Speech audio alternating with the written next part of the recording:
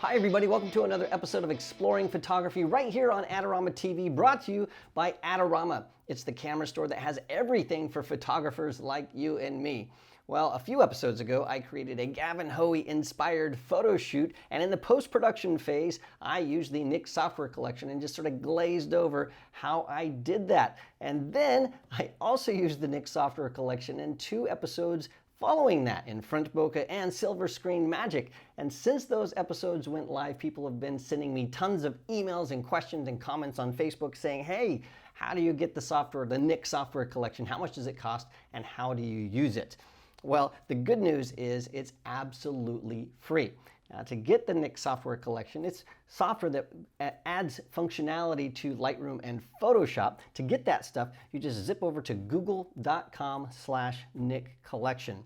Google owns the software and they're giving it away for free. So just zip over to google.com/Nik Collection. And when you get there, you'll see that all of the software packages there, analog effects, color effects, silver effects, HDR effects, etc. All of them are there. To get those, just click on the download button, choose Mac or Windows, and then once you download that file, double click it, it will launch the installer and set everything up for you on your computer. It's extremely easy. Now, once you have everything set up to use this stuff in Lightroom, it's really easy. Either in the library module or in the develop module, you just click on the picture or the thumbnail, and then you click edit in, and you'll see that all of the Nik software shows up. So analog effects, color effects, etc. It just shows up here. So if you click on, let's say, Analog Effects Pro, it's going to launch that software, and then you can start playing with it and doing things with the software. Now, the question is, how do you get started? Well, I've got 5 tips to help you get started with the Nik software collection. The first one is just start playing. Just start playing with the software. Right-click, launch Analog Effects or Silver Effects, and just start playing with all the sliders and all the different things, and you'll see it's very intuitive. But if it's not incredibly intuitive to you, you can just zip over to the Google Nik Collection site, and you'll see that they have a Help Center. If you click on the Help Center, you'll see that there's a Getting Started section, and there's a section on every single application, and so you can walk through each of the tools and the tool combinations and the keyboard shortcuts. They've got videos, all kinds of stuff. So the first tip I have for you is to play and then watch these tutorials, because it'll give you a really deep dive into what the Nik software collection can do. The next thing I want to show you is something that's not so obvious, some things that aren't so obvious in those tutorials. The first one is the software itself. If you use it as is, it can be destructive. In other words, you can set up all of your different filters and different things or cameras or whatever, but as soon as you hit save, all your changes are committed. They go over to Lightroom or Photoshop, and that's it. You can't go back and tweak anything. That's no good. You want to be able to tweak different things. And so let me show you how to do that. It's very, very simple, and you do that by creating custom recipes. Okay, so to create custom recipes, all you need to do is start with something like, we'll go through these different cameras. So again, I'm in Analog Effects Pro. The way this works is you have different cameras, black and white settings, color casts, wet plates, whatever. Play with these and you'll see exactly how they work. So we're going to start with these classic cameras. And when you click on a classic camera, what it's going to do is it's going to do some magic. It's going to create some things with basic adjustments. It's going to add some dirt and scratches, maybe a lens vignette, different film types, etc. So you're going to have all these things on the right over here that you can play with or add or subtract by clicking these buttons. What you might want to do later is to click this little right arrow, and you might be tempted to add some of these tools here, like motion blur or light leak or whatever. So the problem is, if you just click that, for example, we'll click motion blur, notice all of my changes that I had over here on the right, they just went away. So I don't want to just use the tool. What I want to do is use a camera kit. So again, I'll go back to classic camera, I'll choose this one, and if I want to add something to that, instead of just clicking over here on the tool, click Camera Kit first. That's not so obvious. Once you click that, now you have all your tools on the right, and if I want to add something to that, like motion blur, now I've got a little plus sign, I can click that, and it adds to what I already have over here then I can start playing with this and adding and subtracting. Now, when you have a look that's really interesting, maybe you want to apply that to several images, what you can do is you can go down here to this custom palette right here. There's a little plus next to that. When you click that, it's going to take whatever you've set up. So everything that you have over here, your basic adjustments, your lens blur, whatever you added, it's going to save that as a custom recipe. Now, I've created several recipes.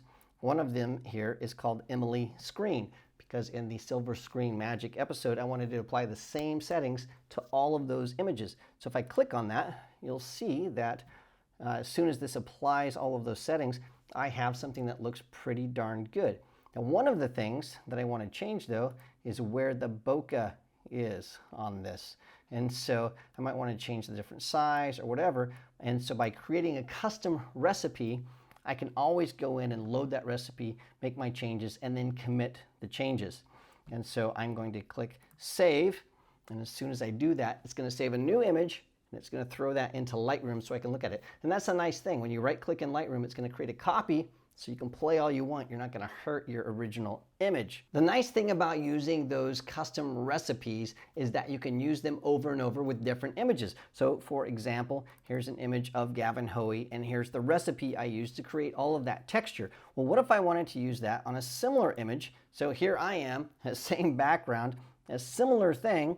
So how would I use that? Well, I can right-click, say Edit in Analog Effects Pro 2, and it's going to say, what do you want to do? A TIFF file. Choose the default unless you know exactly what you're doing. Say Edit. That's going to open that. And as soon as it's opened, now I can go in here to my custom recipes.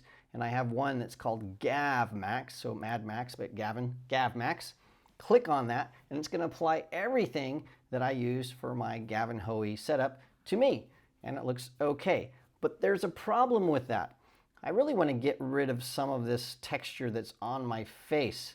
Now, I could use some control points and some things that you could learn about in those tutorials, or there's one thing that I can do that's a little bit better than just right-clicking in Lightroom. And this is, I think, the key to really having successful post-production with Nik software. So I'm going to hit Cancel, and I'm not going to apply those changes. Instead of just going straight into the Analog Effects Pro, I'm going to click Edit in, and I'm going to go into Photoshop.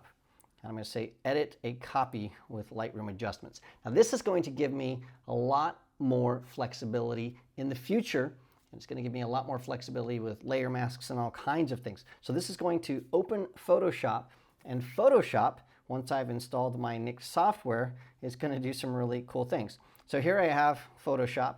If you've just installed the Nik software tools, what you're going to see here is this little dialogue that pops up and floats around this window. It can be sort of annoying. If you want to turn that off, you can either close it, or you can go down here to the settings, and then you can say automatically open, do not automatically open. That's what I have mine set to. Do not automatically open, because I don't want to see this popping up every time I open Photoshop. But how do you get to those Nik software tools? Well, it's nice. It's very simple. So I have my background layer here. I'm going to hit Command or Control J to duplicate that. Go to Filter, and then in the filters, I have my Nik Collection. Now I'm going to zip over here to Analog Effects Pro. Again, you can use any of the Nik software applications. We're just using this one to keep things simple in this episode. Once you have that, again, I'm going to go and apply my Gav Max filter, my preset that I already created. It's going to add that. Then I'm going to click OK. Now the difference between this and Lightroom is now I have a layer. And that layer is going to allow me to add layer masks, change opacities, and do all kinds of different things. So here it's kind of come in, and once it's finished, what I can do is I can add a layer mask.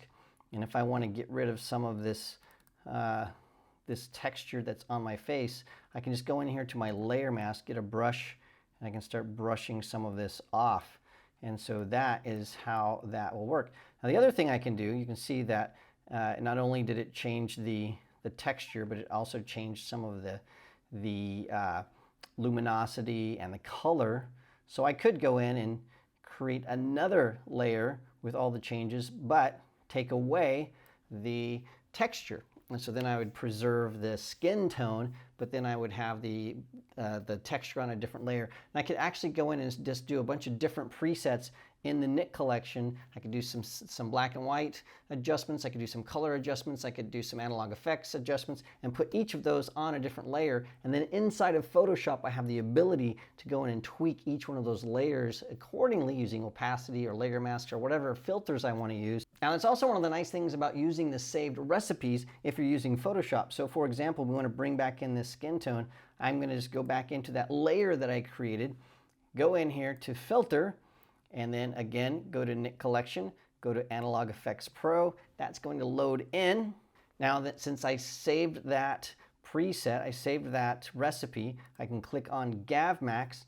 And because it's a saved recipe, I have everything there and I can go in and make changes to it. So in this one, I don't want the dirt and scratches. I'm gonna take that off because I just want my skin tone to be preserved without the dust and scratches. I'll hit OK. And now I have a lot more power in Photoshop because I have the dirt and scratches and everything on one layer, and then everything that's exactly the same without the dirt and scratches on a different layer, and I can start using those layer masks. And so remember, we masked out the dirt and scratches, but it messed up my skin tones. But now I have the skin tones as they were with everything else right underneath. Watch this as soon as it comes in. Boom. Now my skin tones are corrected, and I'm only adjusting my texture. And so that's the cool thing. Now on these different layers, I can go in, let's say I just want to get rid of some of this texture here on my cheek. I can do that, get rid of this guy right here. I sort of like that. I can paint that back in. And I have the ability to add or subtract those textures and the film effects or whatever. I can put those on different layers and play with them in Photoshop instead of in the Nik software solution. And so that gives me a lot more control in my images, and I love using that. So my suggestion is to use Photoshop and layers and use those filters so you can separate everything for total control if you're a control nut like I am. Well, thank you so much for joining me for this episode of Exploring Photography. Don't forget to subscribe to Adorama TV. That way you don't miss any of those groovy episodes I was talking about, and you don't miss anything by other contributors like Gavin Homey and Tamara Lackey and Brian Peterson and the entire team here on Adorama TV. Thanks again for joining me. I'll see you again next time.